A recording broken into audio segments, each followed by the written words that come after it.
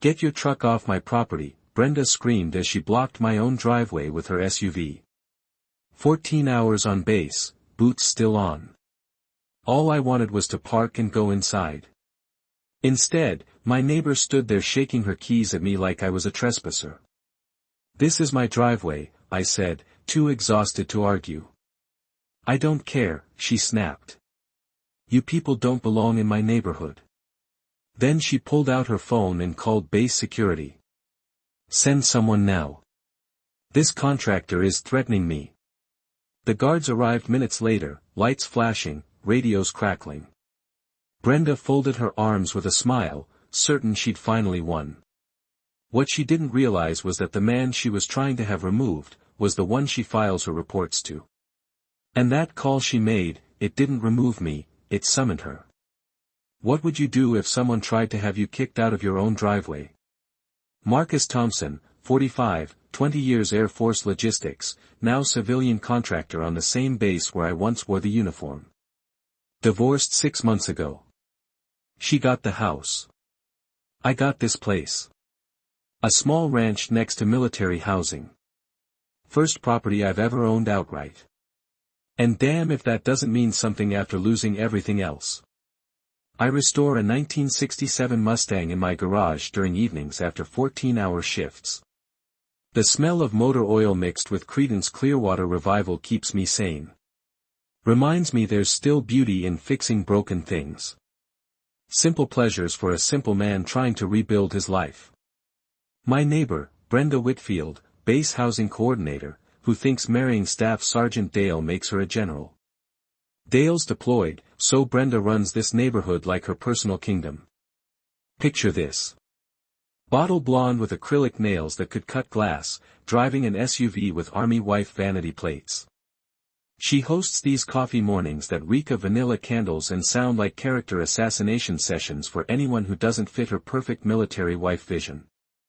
First week here, she brought cookies with that sweet smile I was stupid enough to trust. "Welcome. We're all military family here," she cooped, and I actually believed we might be neighbors instead of enemies. Then I parked my work truck on the street, completely legal, mind you, and found a pink note on my windshield the next morning. Contractor vehicles lower property values.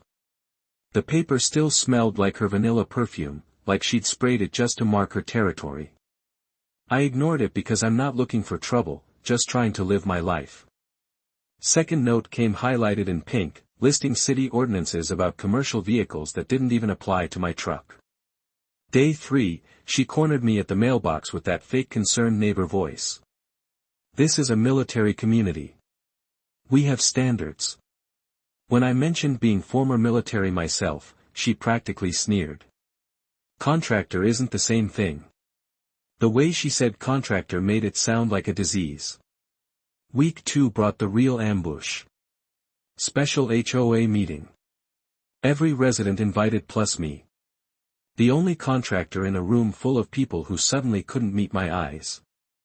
I walked into that community center and saw 30 folding chairs facing a projector screen where Brenda stood clicking her laser pointer like she was briefing generals instead of gossiping housewives. Maintaining community standards was her PowerPoint title. And the first slide showed my truck. "Certain vehicles create unprofessional appearances that affect all our property values," she announced.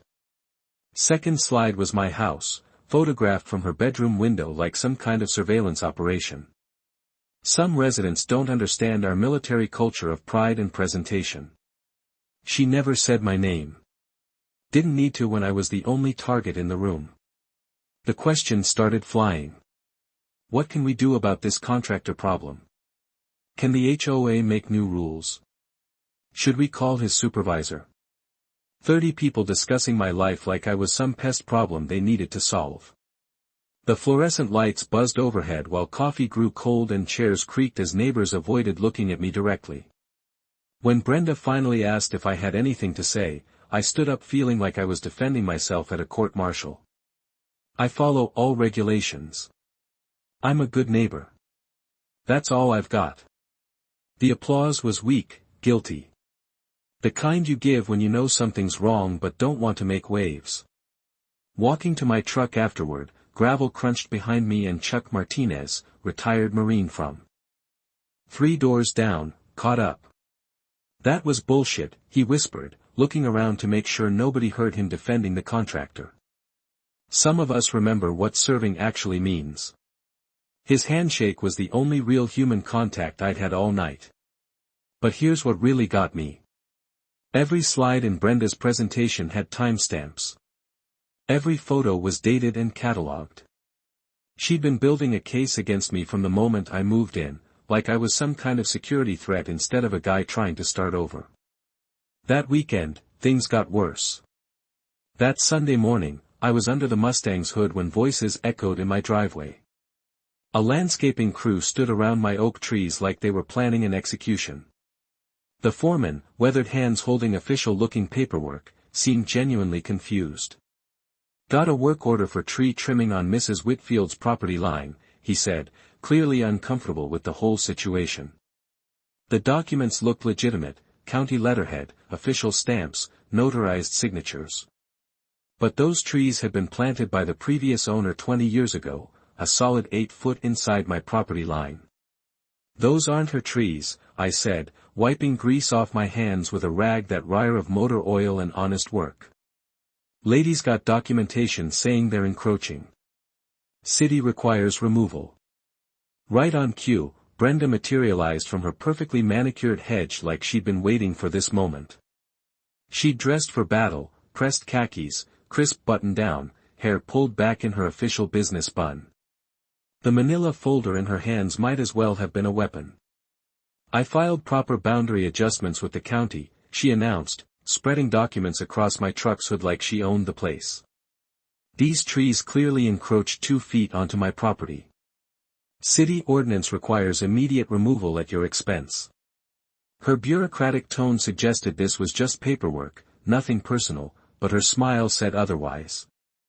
I examined the survey document and felt my stomach drop. Professional graphics, official seals, notarized signature. It looked completely legitimate. The property line it showed put my trees squarely on her side of the fence. Either my deed was fraudulent or someone had gotten very creative with modern technology.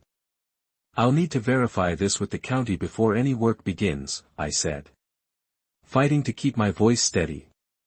20 years in logistics had taught me that when paperwork doesn't match reality, someone's running a scam. "You do that." She smiled with the confidence of someone holding 4 aces. "But the work order is effective immediately. Removal begins tomorrow at 8 sharp." The crew looked as confused as I felt, but they had their orders and Brenda had paperwork. In their world, official documents trump common sense every time. I watched them pack equipment while calculating the damage, lawyer fees, survey costs, time off work, not to mention the emotional toll of fighting your neighbor over your own property. Brenda had chosen her battlefield expertly.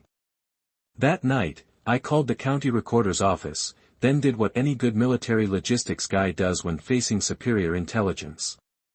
I gathered my own original property survey, photographs of every tree from multiple angles, precise measurements from the fence line. If this was going to be a paper war, I'd come armed with documentation. Monday lunch break found me at the county courthouse, folder in hand and suspicions growing.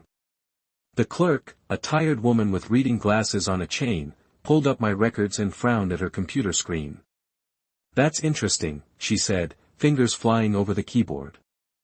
"Mrs. Whitfield filed a boundary dispute 6 months ago that was never processed, then submitted it again last week with different measurements."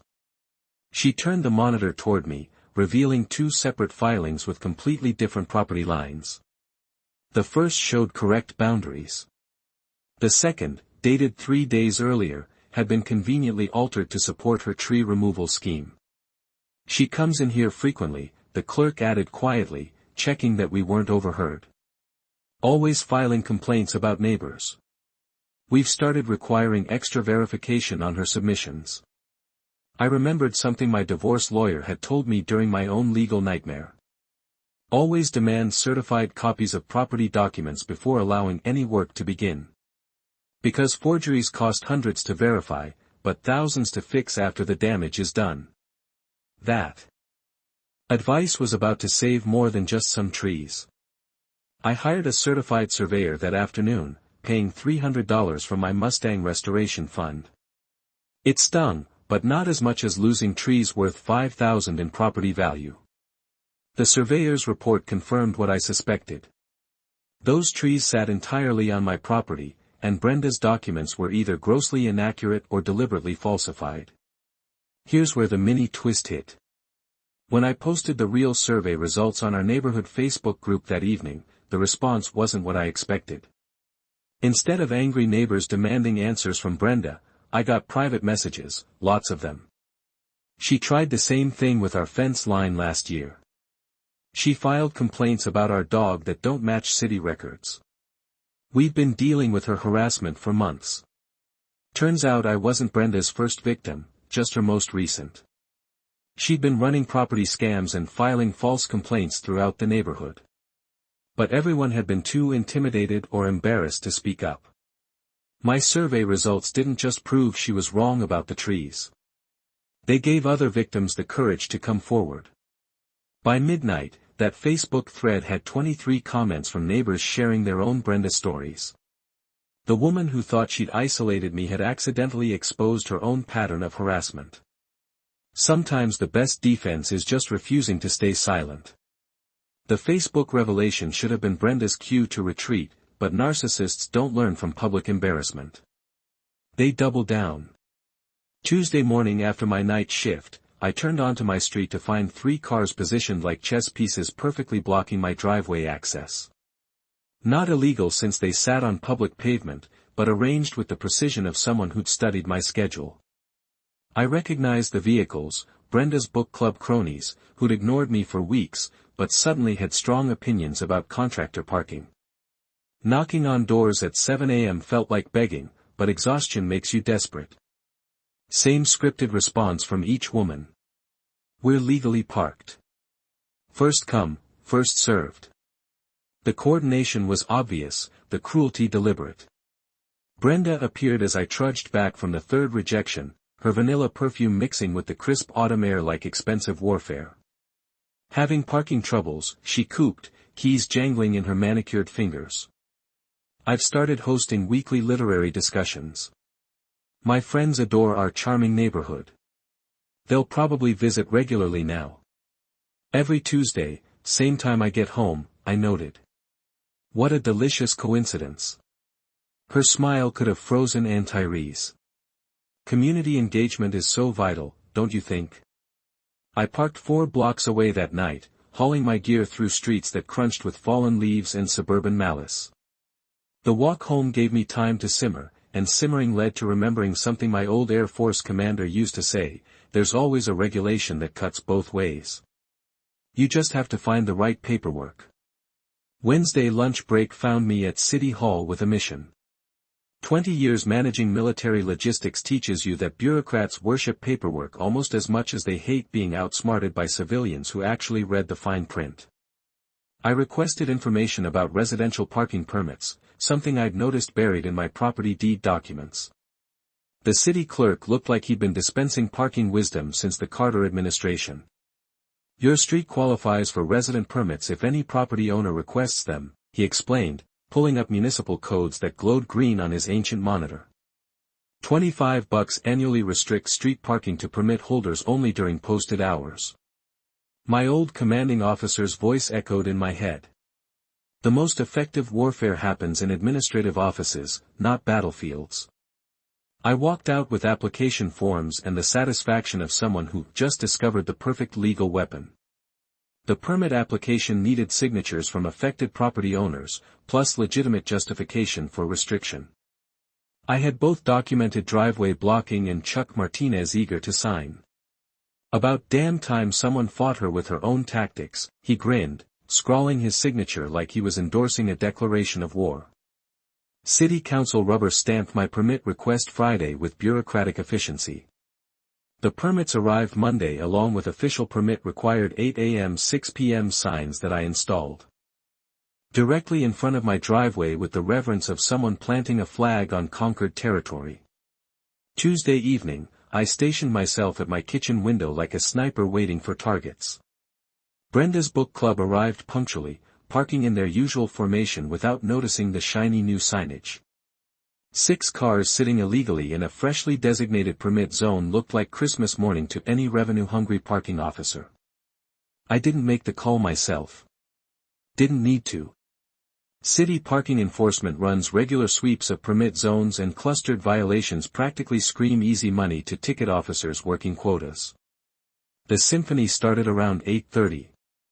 Car doors slamming, voices rising in disbelief, heels clicking on asphalt as 6 women discovered orange citations decorating their windshields.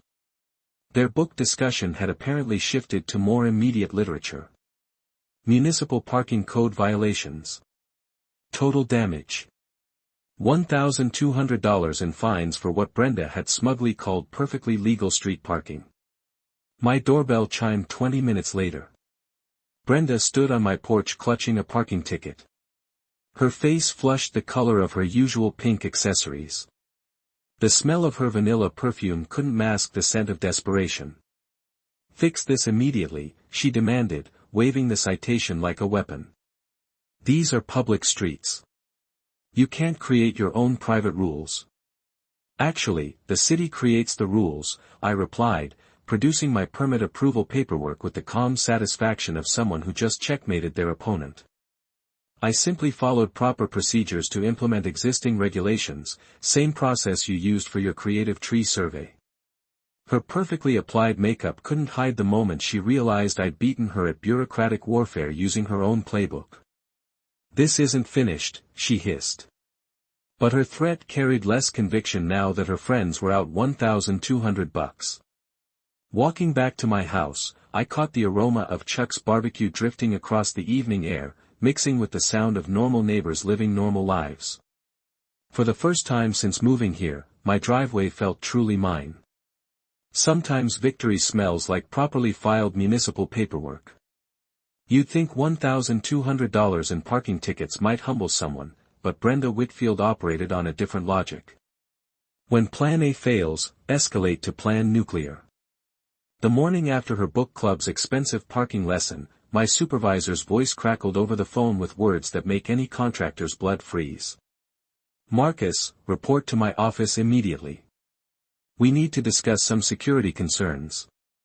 Chief Warrant Officer Reynolds sat behind his desk like a judge preparing to deliver a verdict, sliding a manila folder across the scratched government issue surface. The thing bulged with official forms, each bearing Brenda's increasingly familiar signature in royal blue ink that somehow managed to look vindictive. "Base Security has received multiple reports about suspicious activities at your residence," Reynolds said, his tone carrying the weight of someone forced to investigate a friend. "These complaints suggest possible security risks that require immediate review." My hands shook slightly as I flipped through the documentation. Complaint after complaint, each more creative than the last. Contractor maintains irregular work schedules suggesting possible unauthorized activities. Unidentified visitors arriving at unusual hours for unknown purposes. Loud mechanical noises during evening hours potentially masking illegal operations. Chemical odors emanating from garage area consistent with improvised explosive manufacturing. That last one hit like a physical blow. 20 years of honorable service, and this woman was painting me as a potential terrorist because I restored cars and worked night shifts. The dates revealed a chilling pattern. She'd been building this character assassination for weeks while I thought we were just neighbors having petty disputes. "Sir, these reports are about my work schedule and hobby restoration." I managed fighting to keep my voice professional while my career hung in the balance. "The visitors are delivery drivers. The noises are automotive work. The chemical smells are WD-40 and Bondo filler." Reynolds nodded with the expression of a man caught between believing a subordinate and following protocol. "I know you, Marcus, but formal complaints demand formal investigations. Your security clearance renewal comes up next month. And these allegations," he gestured at the folder like it contained evidence of war crimes. "They complicate everything."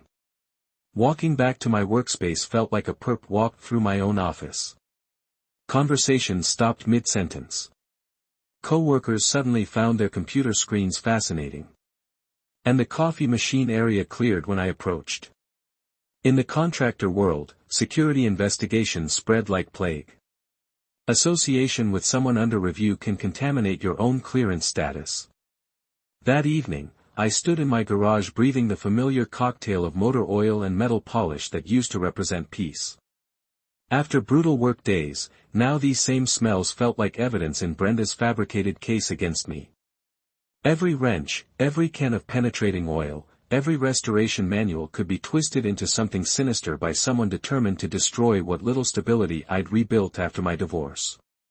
But 2 decades managing military logistics teaches you something valuable about investigations. They're only as credible as their underlying evidence. If Brenda wanted to weaponize documentation, I'd demonstrate how professionals collect legitimate proof. I filed a Freedom of Information Act request for all contractor-related complaints submitted to base security in the past 2 years. The familiar bureaucratic dance felt oddly comforting. Government paperwork operates on established rules, unlike neighborhood harassment campaigns. When the results arrived 3 days later via encrypted email, the pattern that emerged made my chest tighten with rage and vindication. Brenda hadn't just targeted me. 4 other civilian contractors had suffered her systematic character destruction over 18 months, each following identical methodology. Reports of suspicious behavior followed by security concerns escalating to unprofessional conduct.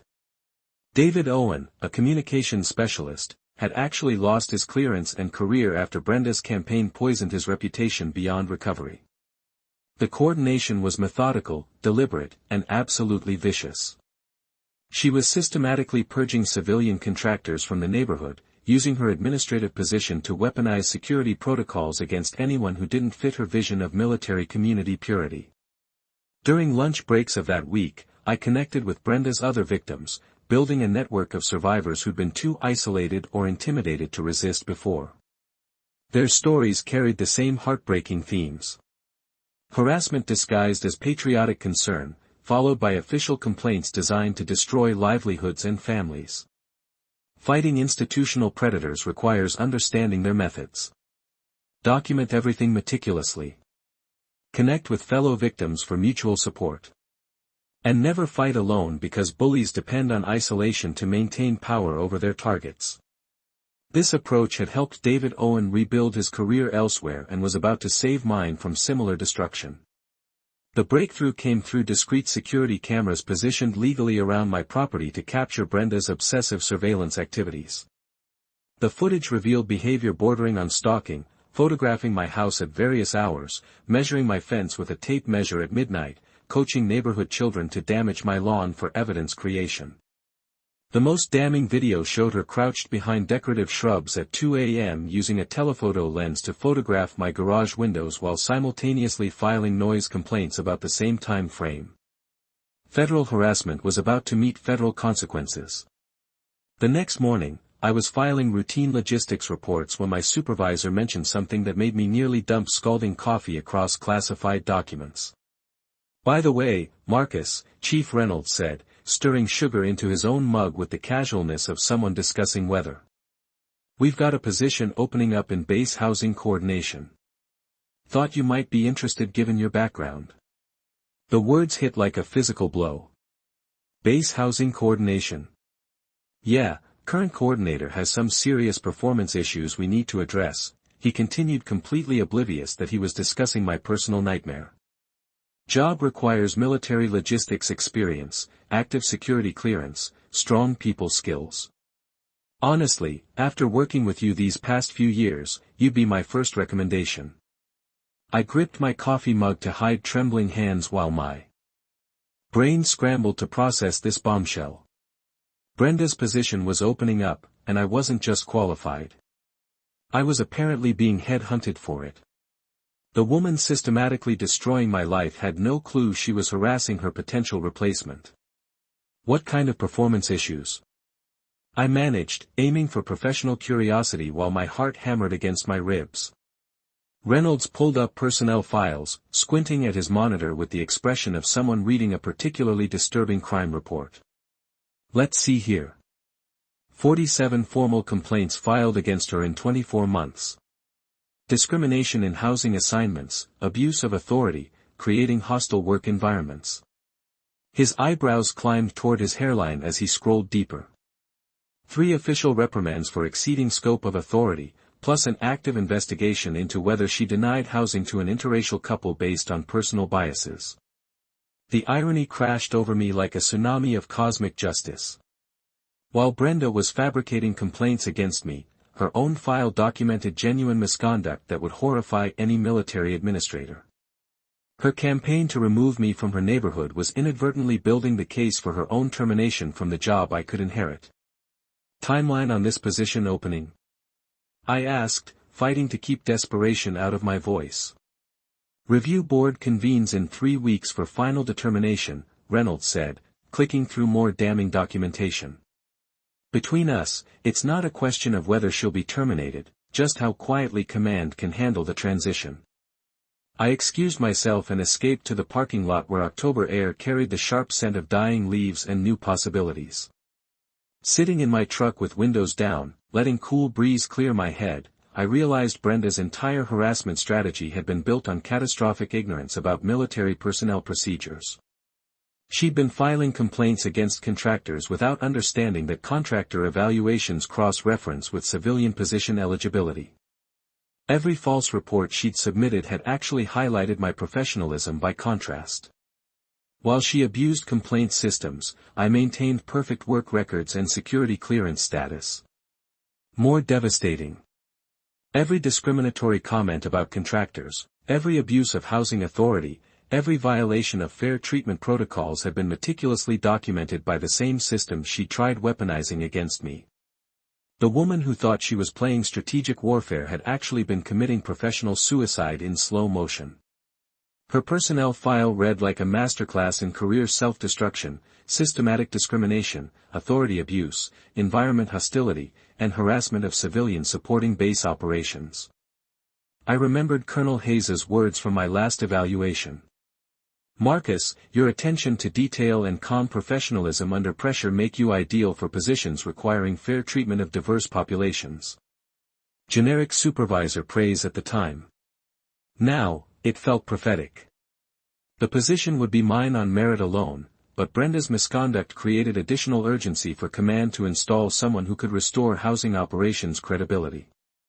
Every complaint she'd filed against me documented my restraint while exposing her violations of military standards. Walking back inside, I felt power dynamics shifting like earthquake fault lines.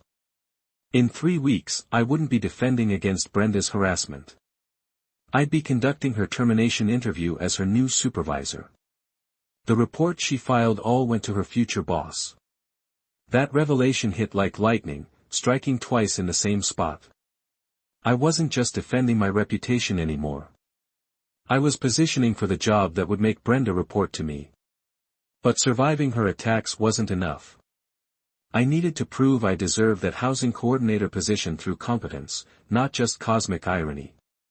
My garage became mission control that evening. Instead of working on the Mustang, I spread documents across my workbench like a general planning invasion. The familiar smell of motor oil mixing with printer ink as I built a timeline of Brenda's harassment. Every incident, every witness, every piece of evidence organized with the precision that had made me successful in military logistics. The overhead fluorescent light hummed while I worked past midnight, creating the case that would either save my career or destroy hers.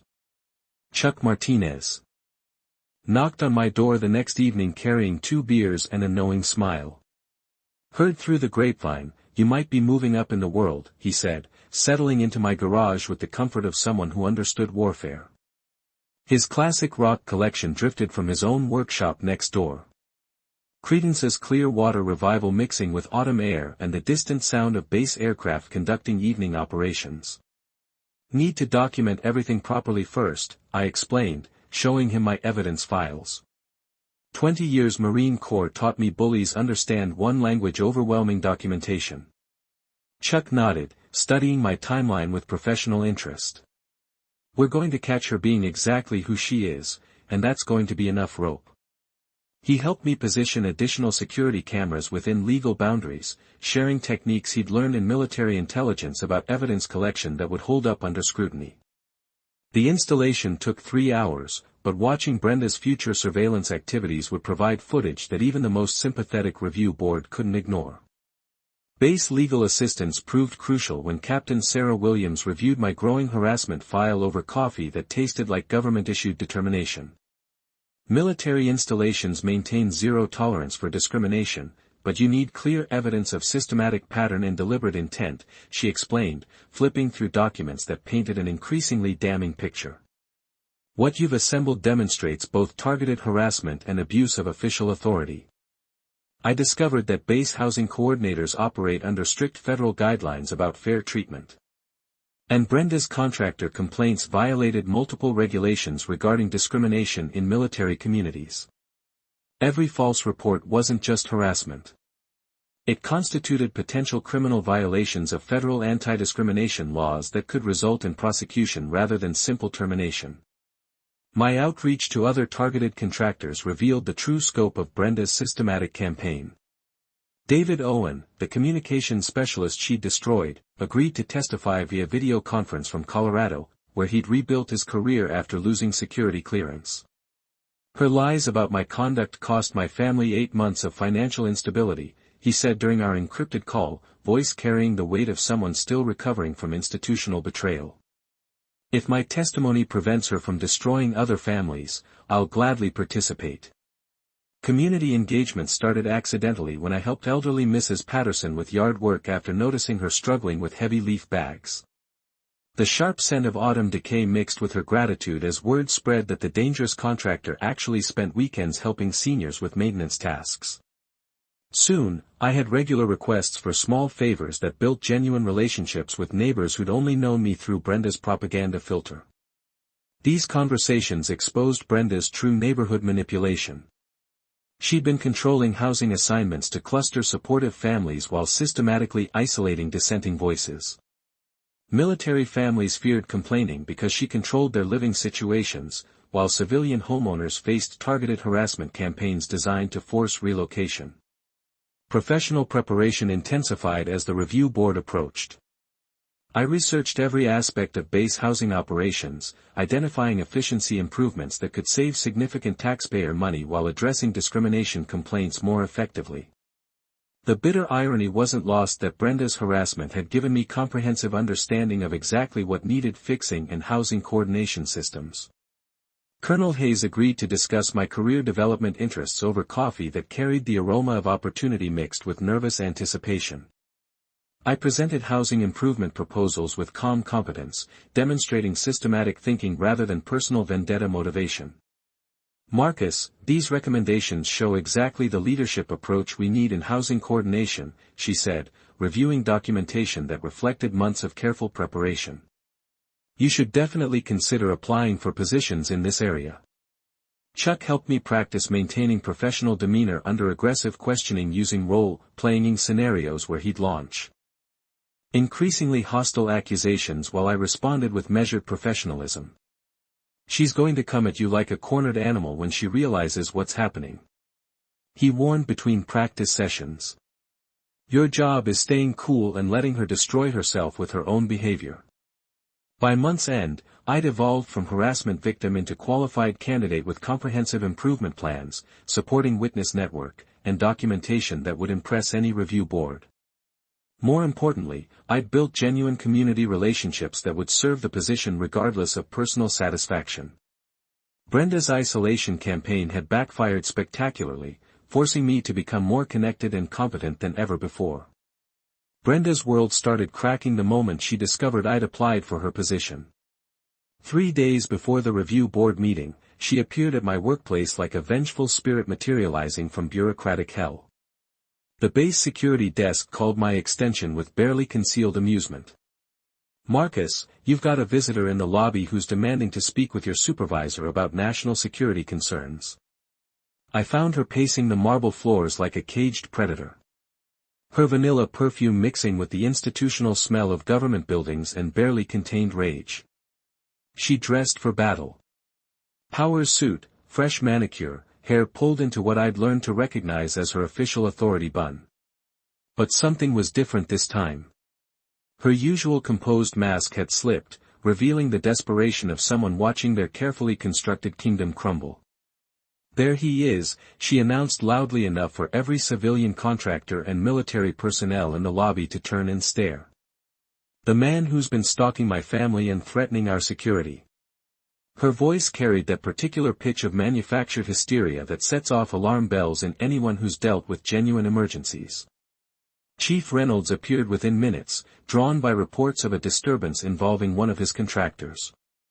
His expression shifted from professional concern to barely disguised irritation as Brenda launched into a rehearsed speech about my escalating dangerous behavior and obvious security risks to military families.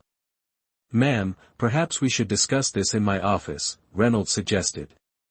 But Brenda was beyond caring about appropriate venues. "This man has been conducting surveillance on my home," she declared, pulling out printed photographs that showed my security cameras. "He's documenting our daily routines, threatening our children's safety, and now he's trying to infiltrate base housing operations." The irony was spectacular. She was accusing me of surveillance while holding photographs she'd taken of my property from various angles and distances. Several contractors and military personnel exchanged glances that suggested they were witnessing someone's complete psychological breakdown rather than a legitimate security briefing. "Mrs. Whitfield," Reynolds said with the patience of someone dealing with a particularly difficult child. "These are serious allegations that require proper documentation and investigation procedures. Making scenes in public areas isn't the appropriate. Brenda's voice rose another octave. "What's appropriate is removing threats to military families before they escalate. This man doesn't belong here and everyone knows it." The racial undertone wasn't subtle, and the silence that followed felt heavy with collective discomfort. Several African American contractors in the lobby stiffened, recognizing exactly what kind of doesn't belong rhetoric they were witnessing. Security arrived to escort Brenda from the premises after she refused to lower her voice or move the discussion to a private office. Watching her being led away while continuing to shout accusations about my obvious guilt and conspiracy to infiltrate military operations felt like watching someone detonate their own reputation in real time. The aftermath proved more damaging to her than any evidence I could have gathered. Word spread through the base community with the speed that only military gossip achieves. The housing coordinator had made a public scene, hurled discriminatory accusations, and been removed by security while making unsubstantiated claims about a respected contractor. My co-workers' reactions ranged from supportive to amused, but none seemed concerned about my actual threat level. "Man, what did you do to piss her off so completely?" asked Tommy Rodriguez from the supply office, shaking his head with the wonder of someone who'd witnessed epic self-destruction. But Brenda wasn't finished. That evening, she launched a social media campaign that made her previous Facebook complaints look restrained. Posts appeared on every neighborhood group, base spouse forum, and local community page she could access. Each one painting me as an increasing threat to community safety. The posts grew more creative and desperate as hours passed. Contractor conducting surveillance on military families. Unknown individual infiltrating base security systems. Dangerous man threatening children's safety and military housing. Each post included carefully cropped photos of my house, my truck, even my security cameras presented as evidence of malicious intent rather than defensive measures. The campaign backfired spectacularly. Instead of rallying support, her post triggered an avalanche of responses from people who'd witnessed her workplace meltdown or experienced her harassment firsthand.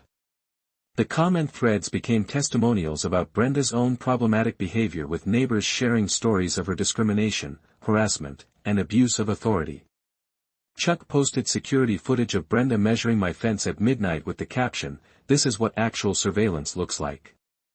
The video went viral within the military community, generating hundreds of comments about her obsessive behavior and questionable mental stability. By midnight, Brenda had deleted most of her posts, but screenshots lived forever in the digital memory of a community that had finally seen her true nature exposed under pressure. Her attempt to destroy my reputation had instead revealed her own instability to everyone who mattered.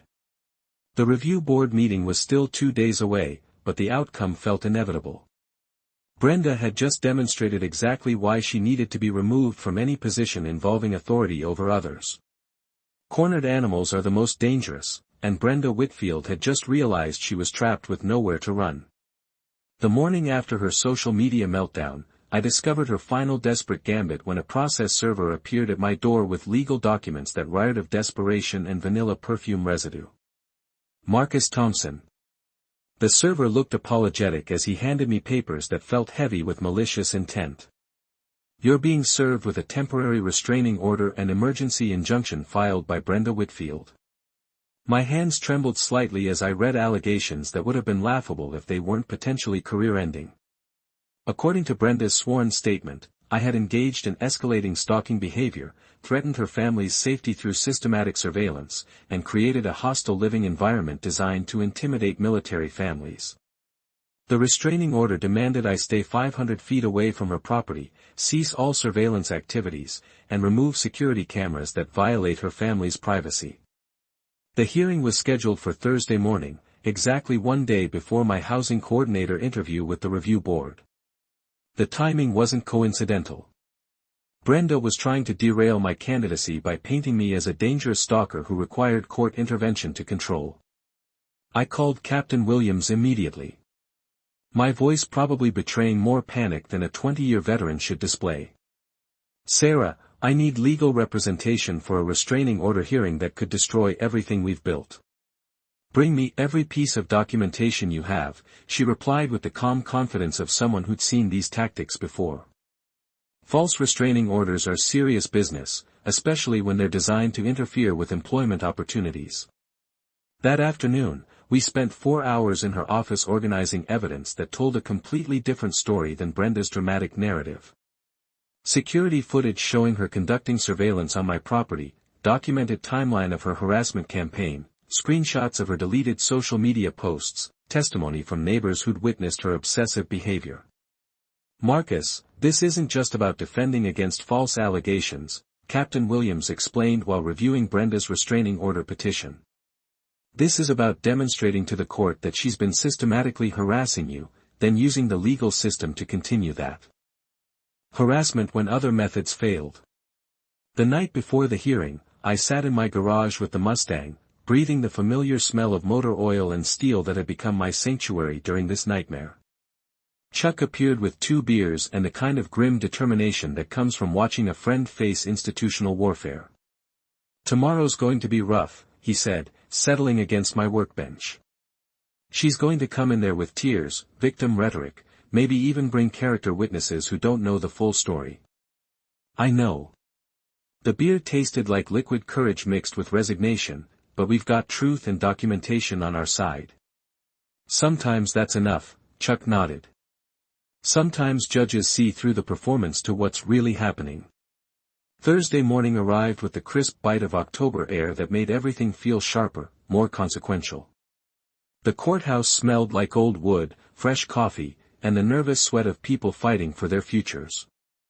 Brenda arrived with a small entourage of supporters who clearly believed they were helping an innocent victim defend herself against a dangerous stalker.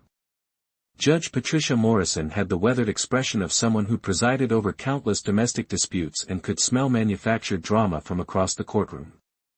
She reviewed Brenda's petition with the careful attention of a professional skeptic, occasionally glancing up to study both parties with evaluative eyes. Mrs. Whitfield, please present your evidence of threatening behavior, Judge Morrison instructed. And Brenda launched into a performance worthy of community theater. Her testimony painted me as an escalating threat who'd progressed from property disputes to surveillance to workplace intimidation. She presented photographs of my security cameras as evidence of stalking, described my presence at neighborhood events as threatening, and characterized my housing coordinator application as proof of my obsession with controlling her life. Your Honor, she concluded with perfectly timed emotion, I fear for my family's safety and need the court's protection from this man's obvious instability. Then Captain Williams stood up and systematically destroyed every element of Brenda's narrative with documented evidence that revealed the true predator in this relationship. Security footage of Brenda measuring my property at midnight. Timeline showing her initial harassment. Screenshots of her discriminatory social media posts. Testimony from other contractors she'd targeted. The judge's expression shifted from professional skepticism to visible disgust as the evidence mounted. When Captain Williams presented Brenda's personnel file showing systematic discrimination complaints and abuse of authority, Judge Morrison's patience finally snapped. "Mrs. Whitfield, this court finds your petition not only without merit, but deliberately frivolous," she announced with the authority of someone who'd seen enough lies for one lifetime. "The evidence clearly shows you've been the aggressor in systematic harassment of Mr. Thompson. Your restraining order is denied and you're ordered to pay his legal fees totaling $2,400. But the judge wasn't finished delivering justice. The monthly base housing town hall meeting had never seen attendance like this. Word about the restraining order hearing had spread through military communications faster than classified intelligence, and the community center buzzed with anticipation that felt electric enough to power the overhead fluorescent lights. Base Commander Colonel James Mitchell sat at the head table alongside Colonel Hayes and the Housing Review Board, while local military newspaper reporter Staff Sergeant Jennifer Owen positioned herself with notebook ready to document whatever was about to unfold. I arrived early, settling into a middle row with Chuck beside me and Captain Williams nearby for moral support. The familiar smell of government-issued coffee mixed with floor wax and nervous energy as families filed in.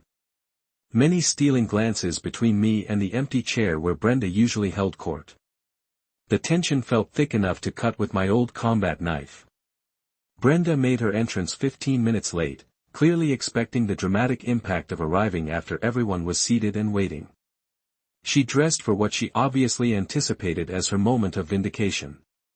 Power's suit, fresh manicure, hair styled into her most authoritative configuration. But something was wrong with her usual commanding presence.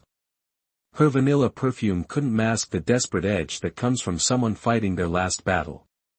"Before we begin tonight's regular business," Colonel Mitchell announced, his voice carrying the authority of someone accustomed to delivering life-changing news.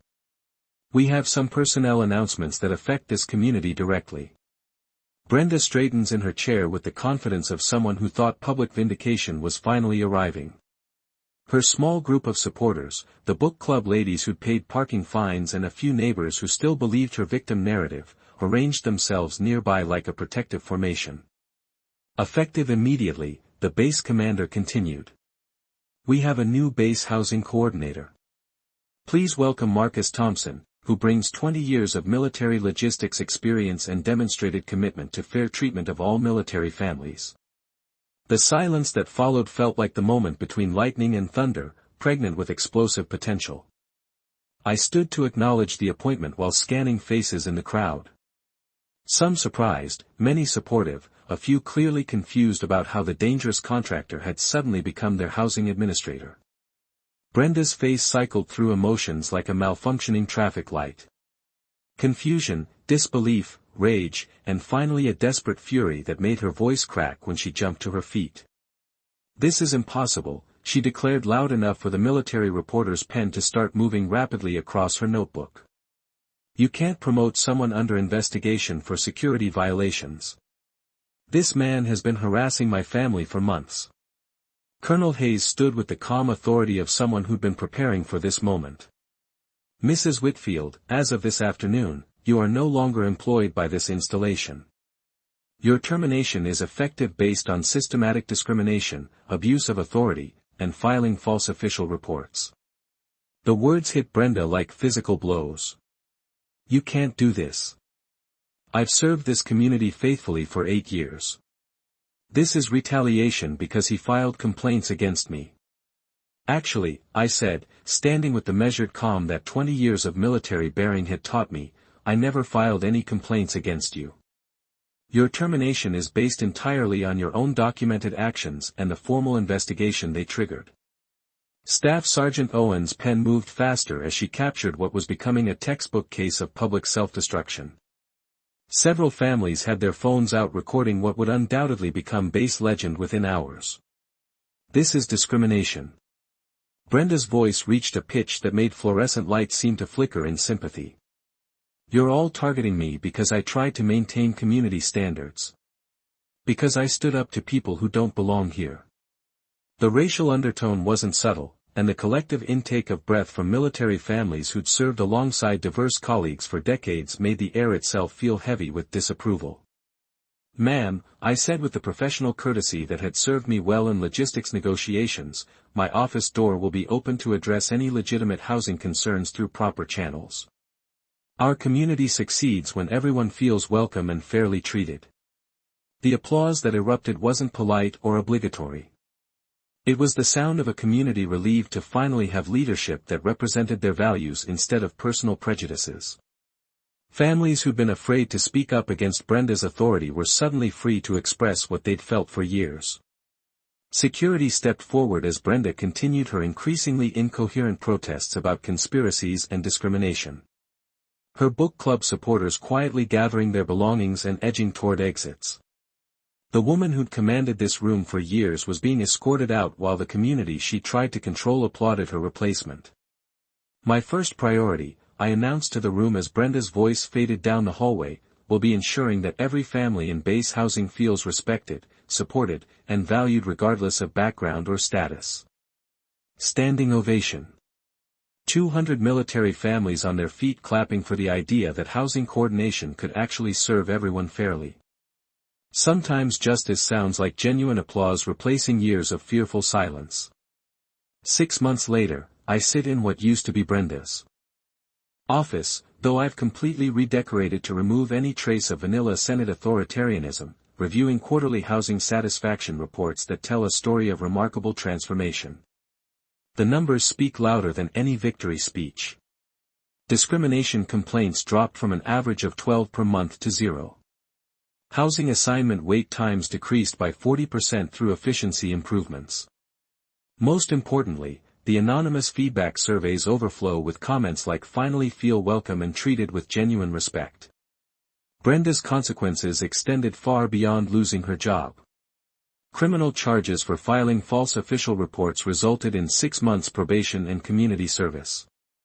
The civil judgment for my legal fees forced her to liquidate assets, including the SUV that had started our conflict. Her husband requested transfer to a different base, citing the untenable social situation her actions had created. The house went up for sale within 2 months, purchased by a young Navy family who actually wave when they see me working in my yard. The ripple effects of institutional change reached beyond housing coordination. Colonel Hayes recommended me for regional training after our discrimination complaint rate became a model for other installations. The efficiency improvements I'd implemented, streamlined application processes, transparent assignment criteria, regular community feedback sessions were adopted base-wide as examples of how military services should support diverse families. My personal life found unexpected richness in the aftermath of professional vindication. The community garden project I proposed during my interview became reality on unused land behind the housing complex, with families from different backgrounds working together to grow everything from tomatoes to cultural heritage vegetables that reminded deployed service members of home. The smell of fresh soil mixed with diverse cooking aromas during harvest festivals created the kind of community Brenda had always claimed to want but never actually fostered.